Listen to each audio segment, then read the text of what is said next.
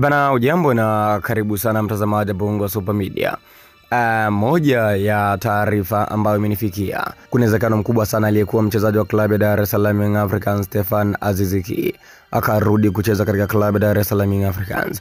Kwanza kabisa hapo awali, usajili wa Aziz Ki kwenda katika klabu ya Wydad Casablanca ulikuwa unanishangaza kidogo, kwa sababu ulikuwa una makando mengi. Nitakwenda kukufafanulia kwa uzuri kabisa ni kwa nini ulikuwa unanishangaza.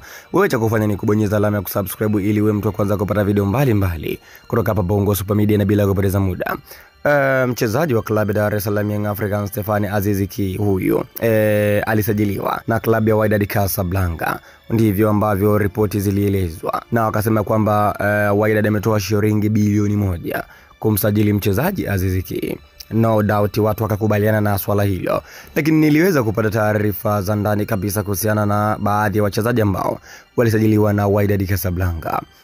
Kumbe wachezaji wengi ambao Wydad walikuwa wamewasajili walikuwa wanawachukua na kwenda nao moja kwa moja katika michuano ya Club World Cup kwa mwezi mmoja. Kwanza ili kuangalia viwango vyao, je, wataridhisha viwango, ili wawasajili moja kwa moja. Sasa katika mechi zote 3 za Club World Cup, Stefan Aziz Ki amecheza dakika 11 tu, ambazo zile amefanywa sabu dakika 85 na zingine ambazo zimesalia.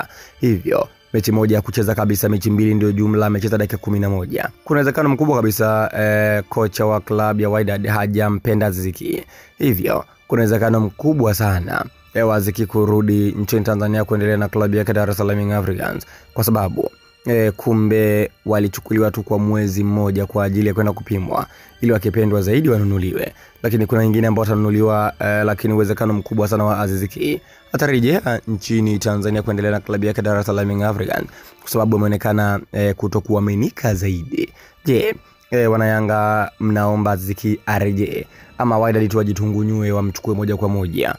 Maoni yako ni yapi? Andika hapo katika sehemu ya comment. Lakini pia dili la mchezaji Faisal Salum Abdullah kwenda katika klabu ya Dar es Salaam Young Africans liko 50 kwa 50. Vile vile dili hili kwenda Faisal katika klabu ya Simba lipo 50 kwa 50. Ni Simba au Yanga, yoyote ile ina uwezekano mkubwa sana kumpata Faisal Salum.